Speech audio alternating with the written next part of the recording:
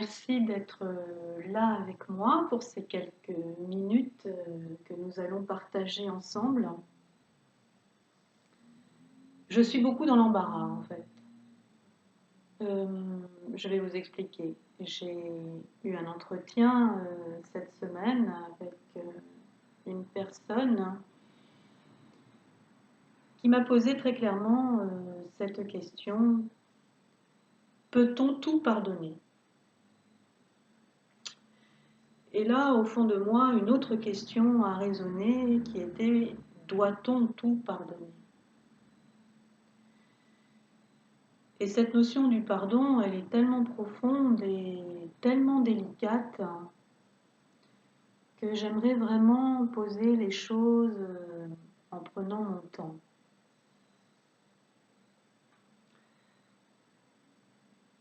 Nous allons évoquer quelques pistes ensemble.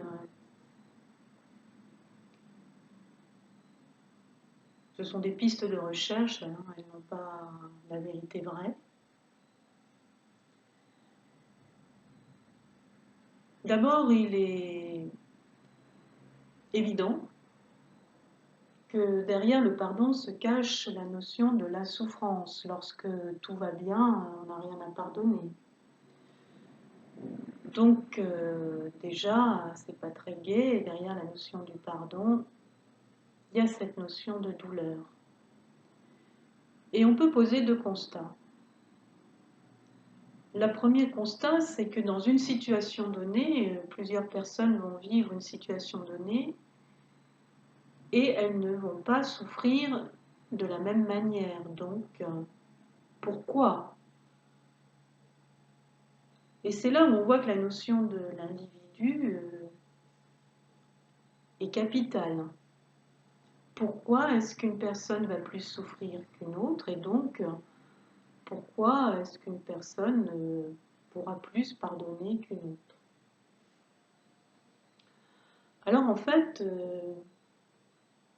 on constate que les personnes qui ne pardonnent pas, ce sont des personnes qui sont très liées à leur souffrance. Effectivement, il y a des souffrances, et j'y reviendrai tout à l'heure, qui sont profondes, mais il y a aussi des personnes qui souffrent, excusez-moi, mais pour pas grand-chose. Mais elles se focalisent, elles se cristallisent dessus. Et donc, du coup, elles ruminent dans leur douleur, et bien évidemment que cette douleur prend de plus en plus de place et que le pardon devient de moins en moins possible. C'est un peu le problème de la personne qui est dans la victimisation. Mais il y a aussi une autre propension à ne pas pardonner, ce sont des personnes qui ont un ego très développé et qui fait qu'effectivement, un rien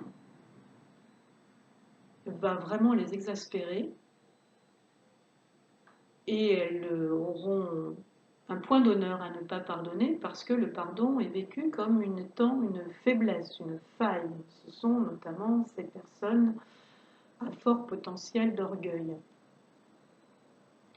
Mais que ce soit finalement l'une ou l'autre, la tendance à la victimisation ou l'orgueil, nous avons affaire à des personnes qui sont très égotiques, c'est-à-dire des personnes qui sont très identifiées à leur ego.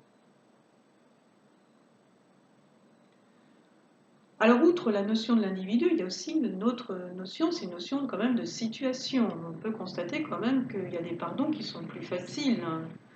Il est plus facile de pardonner à quelqu'un qui nous a fait une queue de poisson, par exemple, plutôt que de pardonner à l'assassin de son enfant. Et derrière cette notion de situation, vient encore se greffer la notion de la souffrance. Et il est bien évident que je souffre plus de la perte de mon enfant que d'une queue de poisson. Donc finalement, dans ces deux pistes que nous évoquons, la notion de la capacité à pardonner est vraiment intimement liée à la notion de la capacité à souffrir.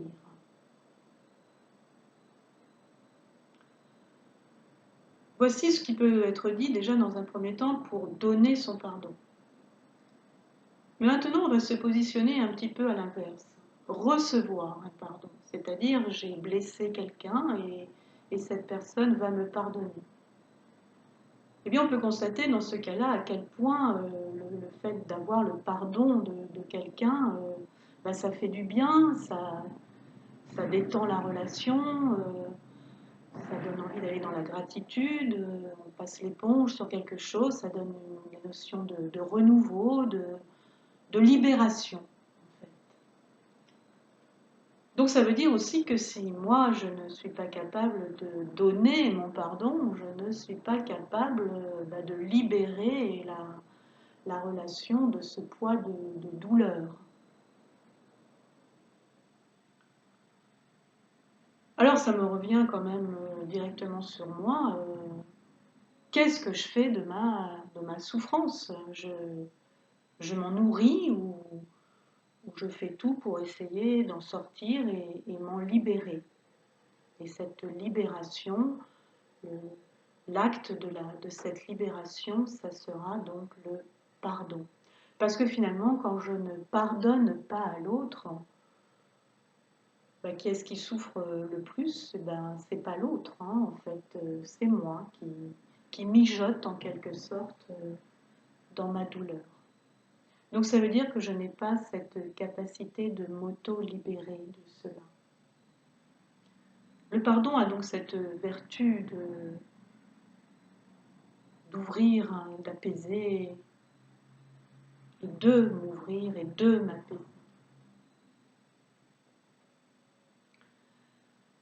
Alors peut-on tout pardonner? Bien non, quand on est dans l'ego, on pardonnera à la limite de notre ego et j'ai envie de dire, c'est pas très joli et gentil en fonction de notre besoin de nous faire souffrir.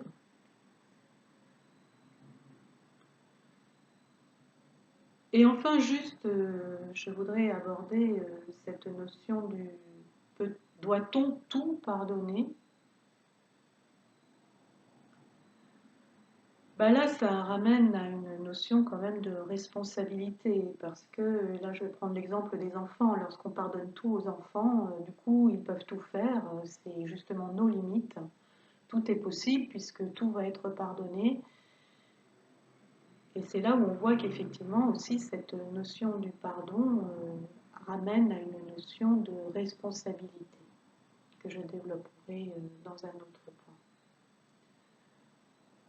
Voilà ce que je voulais dire au niveau de ce pardon aujourd'hui. Et je dirais juste qu'en conclusion que finalement cet acte de pardon, bien c'est un acte de renoncement à l'ego. Et c'est donc pas simple.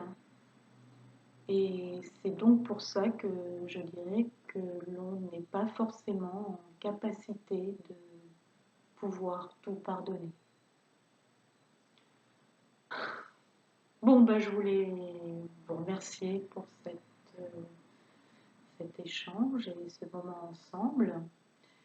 Et puis je reviendrai d'une autre façon sur cette notion du pardon. Merci en tous les cas d'être là et à tout bientôt. Au revoir.